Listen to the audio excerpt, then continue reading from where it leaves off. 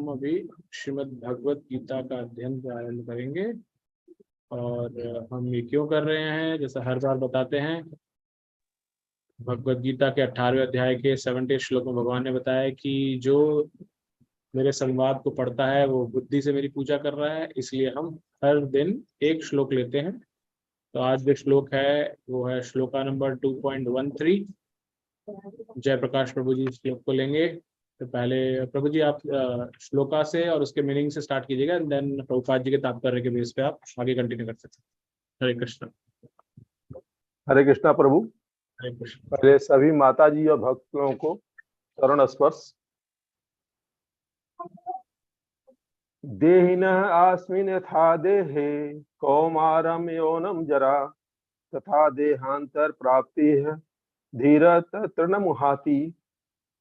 जिस प्रकार शरीरधारी आत्मा इस वर्तमान शरीर में बाल्यावस्था से तरुण अवस्था में और वृद्धावस्था से निरंतर अग्रसर होता रहता है, उसी प्रकार मृत्यु होने पर आत्मा दूसरे शरीर में चला जाता है। धीर व्यक्ति ऐसे परिवर्तन से मोह को प्राप्त नहीं होता।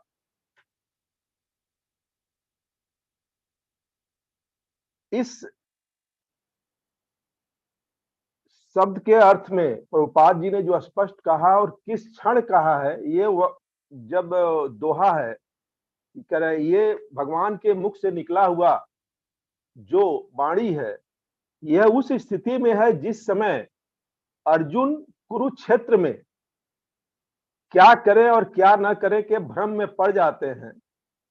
क्योंकि हर मनुष्य के अंदर जो 4 अवगुण हैं, तो वहां पर अर्जुन कृष्ण के मित्र होने के बावजूद भी हम लोगों को इस तथ्य से अवगत कराने के लिए उन्होंने अपना भ्रम जाहिर किया। क्योंकि जो 4 अवगुण हैं जिसमें हमारी इंद्रियां सीमित है, हम लालची हैं, हम भ्रमित हैं, हम चीटिंग करते हैं, इसी के वशभूत होकर यह प्रश्न उन्होंने उठाया कि हम भ्रमित हैं और हम यहाँ भूल गए। अगर गौर से देखा जाए तो हमारा ही शरीर, अगर पहले का फोटोग्राफ हो और आज का फोटोग्राफ आप देखिए तो निरंतर इसमें बदलाव आ रहा है। और मैं जिस प्रोफेशन में हूं उसमें ये बताया गया कि हर 120 दिन में हमारा पूरा ब्लड बदल जाता है, हर 90 दिन में हमारी हड्डियां बदल जाती हैं, हर 90 दिन में हमारा स्किन बदल जाता है और हर 7 साल में पूरा शरीर में परिवर्तन हो जाता है। लेकिन चूंकि आत्मा वही है, हम निरंतर देखते हैं तो इसी भ्रम में पड़े रहते हैं कि हम नहीं बदल रहे हैं, जबकि हर चीज बदल रहा है और हम ब्रह्मांड के इस अनंत के एक अंश हैं, उसी अनंत से उत्पन्न हुए हैं और एक दिन उसी अनंत में हमको विलीन हो जाना है। यहीं पे प्रभुपाद जी ने स्पष्ट तौर पे कहा कि प्रत्येक जीव एक विशिष्ट आत्मा है। यह प्रतिक्षण अपना शरीर बदलता रहता है, कभी बालक के रूप में तो कभी युवा के रूप में, कभी वृद्ध के रूप में, फिर भी आत्मा वही रहती है। तो यहां प्रभुपाद जी ने स्पष्ट शब्दों में हम लोगों को बताया कि ये जो निरंतर बदलाव है, चाहे संसार में, चाहे हमारे शरीर में, चाहे परिस्थितियों में, यह बदलाव जारी रहेगा। लेकिन इस बीच में आप,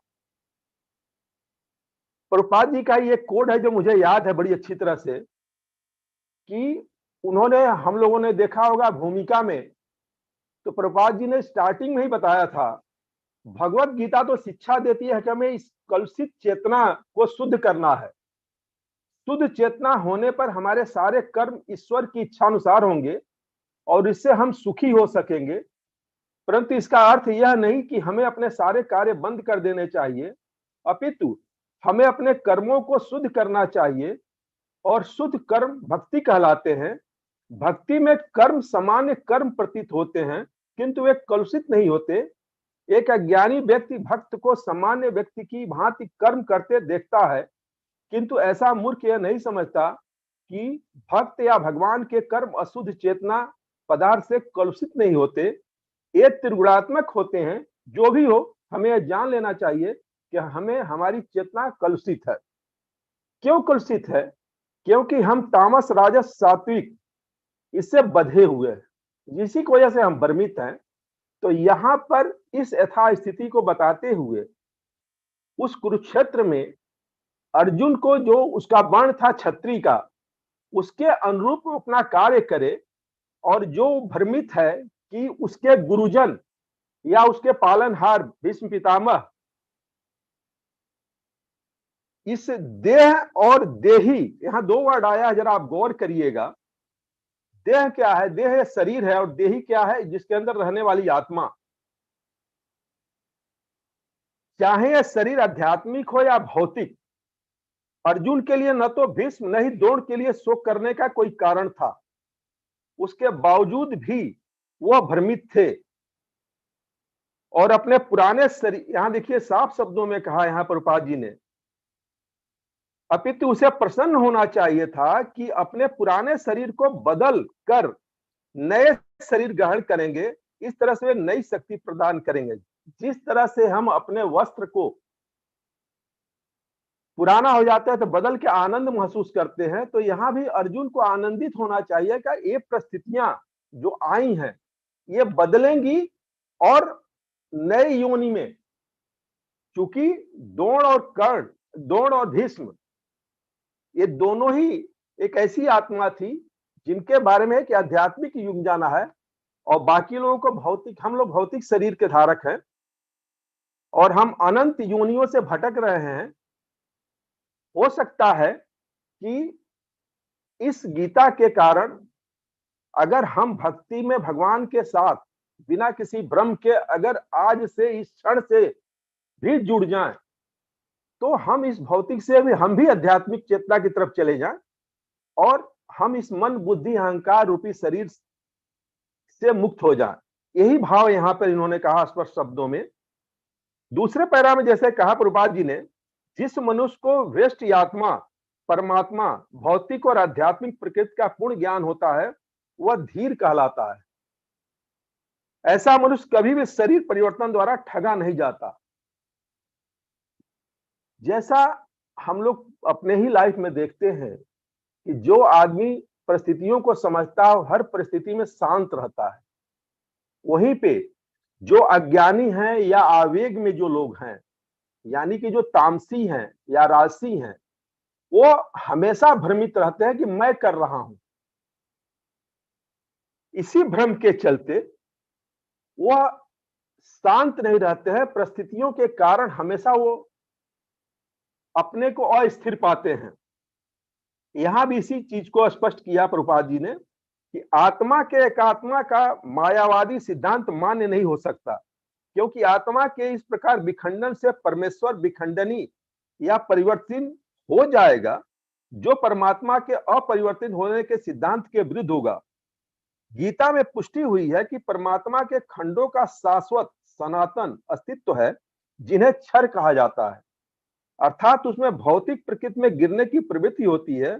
ये विभिन्न अंश खंड नित्य भिन्न रहते हैं, यहां तक कि मुक्ति के बाद भी आत्मा जैसे का तैसा भिन्न अंश बना रहता है, किंतु एक बार मुक्त होने पर यह श्री भगवान के साथ सच्चिदानंद रूप में चला जाता है। यानी कि हम कल को परमानंद में मिल सकते हैं। परमात्मा पर प्रतिबिंबवाद का सिद्धांत व्यर्थ किया जा सकता है, जो प्रत्येक शरीर में विद्यमान रहता है वो विशिष्ट जीव में भिन्न होता है। जब आकाश का प्रतिबिंब जल में पड़ता है तो प्रतिबिंब में सूर्य, चंद्र, तारे सभी दिखाई देते हैं। इस प्रतिबिंब को हम इस तरह समझ सकते हैं, जैसे पूर्णिमा के दिन अगर चांद को देखा जाए और हम किसी तमाम बर्तन में अगर पानी भर दे तो वह चांद सारे बर्तन में दिखाई देगा, लेकिन चांद तो ऊपर है।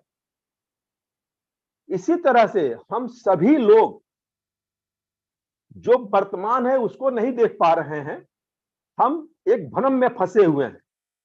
वहां भी तारों की तुलना जीवों से तथा सूर्य चंद्र की परमेश्वर से की जाती है। विशिष्ट अंश आत्मा को अर्जुन के रूप में और परमात्मा को श्री भगवान के रूप में प्रदर्शित किया जाता है। जैसा कि चतुर्थ अध्याय के प्रारंभ में स्पष्ट है कि वे एक ही स्तर पर नहीं होते, यदि अर्जुन कृष्ण के समान स्तर पर हो और कृष्ण अर्जुन से श्रेष्ठ न हो तो उनमें उपदेशक तथा उपदिष्ट का संबंध अर्थहीन होगा। यदि ये दोनों माया द्वारा मोहित होते हैं तो एक उपदेशक तथा दूसरे उपदिष्ट होने की कोई आवश्यकता नहीं। ऐसा उपदेश व्यर्थ होगा क्योंकि माया के चंगुल में रहकर कोई भी प्रमाणिक उपदेशक नहीं बन सकता। ऐसी परिस्थितियों में यह मान लिया जाता है कि भगवान कृष्ण परमेश्वर है जो पद में माया द्वारा विस्मित अर्जुन रूपी जीव से श्रेष्ठ है। तो यहाँ हमें स्पष्ट तौर पर प्रभुपाद जी स्पष्ट तौर पे दिखा रहे हैं और बता रहे हैं कि आप सारी परिस्थितियों को देखते हुए और इसका अंत क्या संभावित है उसको सोचते हुए, शास्त्रों में जो उसका वर्णित किया उसको देखते हुए चले तो कभी अस्थिर नहीं होंगे और आप भी इससे मोहित नहीं होंगे और एक दिन परमात्मा का ही अंश होने के लिए, इस अनंत का अंश होने के लिए हम भी एक दिन अनंत में मिल जाएंगे शांति के साथ। हरे कृष्णा प्रभु। हरे कृष्णा हरे प्रभु जी, कृष्णा। दंडवत प्रणाम। बहुत बहुत धन्यवाद प्रभु जी, आपने इतने अच्छे ढंग से इस श्लोक को समझाया। सभी आगे बढ़ते हैं और भागवतम की ओर। इस श्लोक में मेन जो चीज थी जो प्रभु जी ने बताई, और हमें इसी तरह से इसको कोशिश करनी है कि जो एसेंस है श्लोक का वो उस एसेंस के आसपास घूमे हम। एसेंस क्या है? भगवान ये बता रहे हैं कि जिस तरह से हम बाल्यावस्था से बड़े होते हैं, बड़े से बुढ़ापे में जाते हैं, लेकिन हमारा शरीर बदल रहा है, आत्मा वही है, और हम यहाँ देख भी सकते हैं। उसी तरह से जब शरीर छोड़ देती है आत्मा और दूसरे शरीर में जाती है तो वो भी वही परिवर्तन है, उसमें फर्क नहीं है कुछ भी। तो ये श्लोक बहुत ज्यादा पावरफुल श्लोक है भगवत गीता का, जो हमें ये बताता है कि जब हम कई बार हिल जाते हैं अपने परिवार में किसी की मृत्यु देख करके, जब उनका देहावसान हो जाता है तो हम परेशान हो जाते हैं बहुत सारे। तो भगवान यहाँ पर अर्जुन को इसी श्लोक के माध्यम से हमें बता रहे हैं चीज कि हमें परेशान होने की जरूरत नहीं। जो धीर व्यक्ति होता है वो परेशान नहीं होता, क्योंकि उसको पता है इसलिए चेंज जो कि निरंतर चलता रहता है। तो ये इसका एसेंस था जो प्रभु जी ने बहुत डिटेल में कवर किया। कल जो हाँ माता जी, ज्योति माता जी आप कुछ कहना चाह रहे थे पहले, सॉरी जी, वो जो तथा देहांतर प्राप्तिर धीरज तत्र न मुह्यते, इसका आपने बहुत अच्छा बताया कि जब देहांतर होता है, एक व्यक्ति शरीर छोड़ देता है तो रुदन नहीं करना चाहिए। रुदन यानी थोड़ा बहुत तो हमें लगता है हम मानव हैं, हमें भावनाएं हैं, तो जो कुछ है उनका हमारे हृदय में रहता है, लेकिन उस समय सबसे ज्यादा फोकस उनके मीन्स भगवत धाम जाने की उनकी तैयारी में करना चाहिए। उनके लिए ज्यादा से ज्यादा प्रार्थनाएं, जपा और भागवत वाचन और भगवत गीता वाचन करना ही चाहिए। जो जो हमारे प्रियजन है, हृदय के करीब हैं, उन सभी के लिए हमें प्रार्थनाएं अवश्य करनी चाहिए। तो वो सबसे बेस्ट गिफ्ट है उनके लिए। हरे कृष्ण। थैंक यू माता जी, हरे कृष्णा।